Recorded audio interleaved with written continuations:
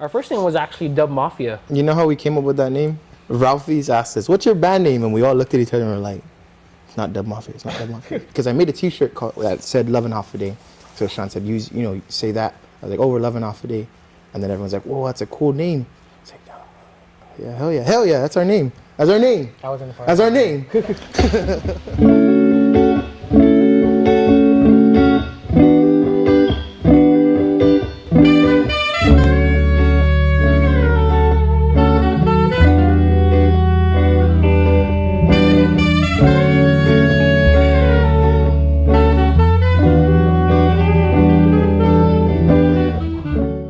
It started in 2013.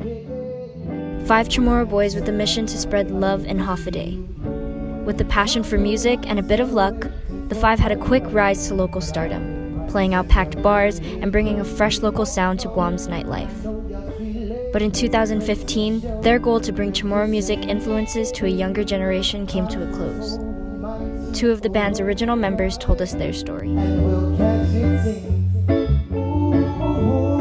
The originals are me, Sean McGlotnia, Cam Santos, Dominic Ngakta, and Joe Indiola. We were 18, these guys were 17, right? So basically straight out of high school. But then we had like a little layoff because these guys had their band and Yeah, we were still in the Chamorro band and we were still, And then they were still going to school too. Yeah. Like high school. So It wasn't until the next year, 2013, when I graduated. I guess what drew the most focus was when we got the audition for Ralphie's. And it was a Monday night, like one of their slowest nights, And have a band try to bring in a crowd or something. we started super slow on Monday nights. Like we had like 4 people. Basically, we called all our friends. All our friends came and they supported us, and that's how we kind of started our following. So after we did Mondays, then we did Mondays and Saturdays. After they cleared that spot, and we were packing Saturdays like crazy, almost every Our weekend. Saturdays would be like shoulder to shoulder from stage to Legit, like back room. We had the hype on our back, right? We had major hype on our back. So all these bars are like, "Oh, here, we'll pay you this much, we'll do this and that." We picked up these gigs, and these guys were thinking that we were gonna draw all the people that went from Ralphie's to, wherever they are. It didn't happen like that. It wasn't just us that was working Ralphie's. It was the actual bar, right? People liked the bar. The vibe. Yeah, they love the fights on Saturday nights. We just didn't get the following we needed for everything else. We didn't get the following from every other bar. We started playing original music only, and people didn't like all our original songs. There's so much like good memories, but like at the peak of everything, when we had the popularity, there was so much like issues going on. When we felt the best is when we had the worst, like coming out of Ralphie's. And I don't know if it was because we were naive before, like we would take like, "Oh yeah, this is $150 for 5 guys, dude, that's a lot of money."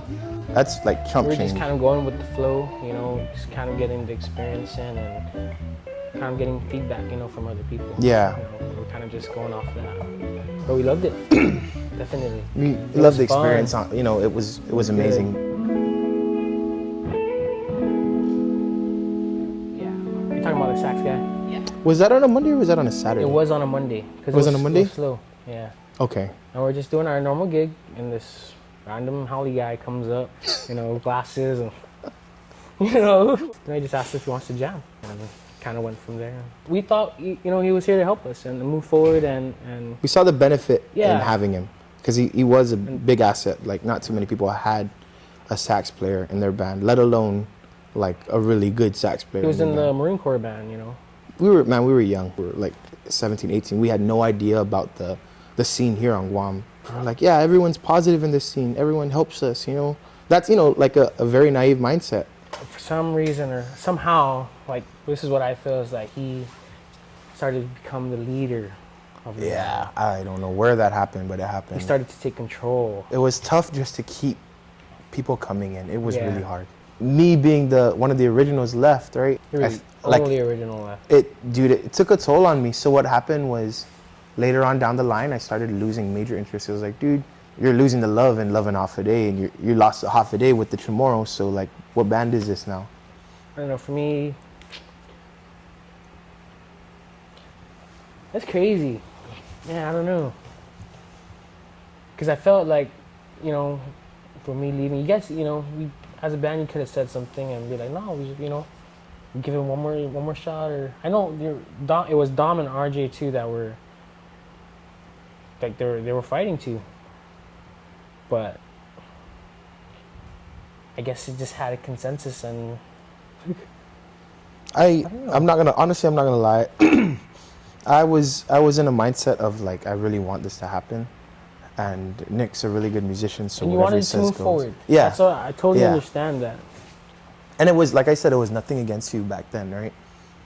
It's just I wanted to progress, and I wanted it to, you know, get bigger, and I was so blinded by that, right? Because at that point I was like, oh, we're talking about albums, let's do it, you know. If you're not good, you're gone.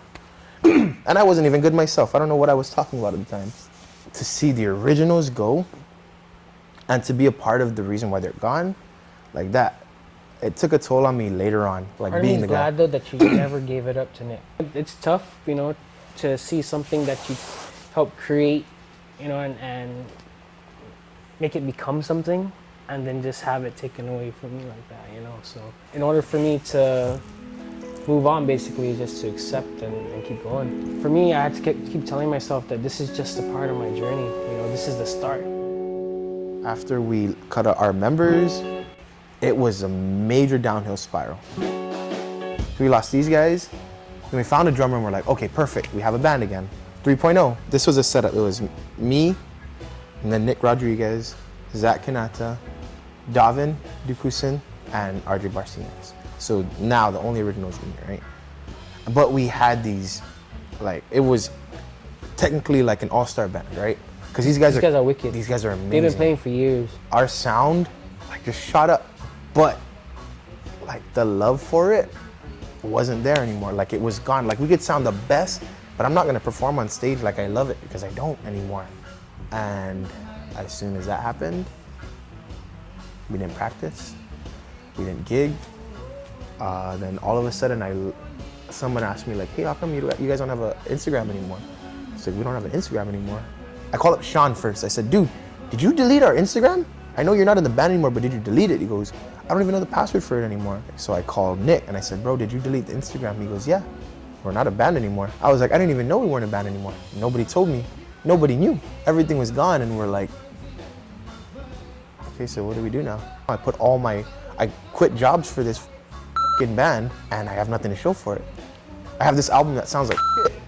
I have these stickers that you can, like, you can download our album for that are nobody's bought. How could you let all of us make those sacrifices and then pull the plug? It happened, and there's nothing we can do about it. Now we learn from it, and we know exactly. now what to do and how to react to certain situations.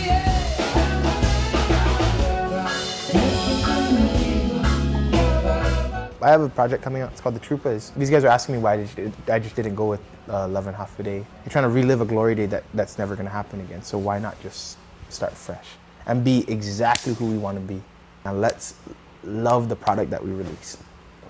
Everything's a lesson, honestly. Yep. Everything, no matter good or bad, it's a lesson.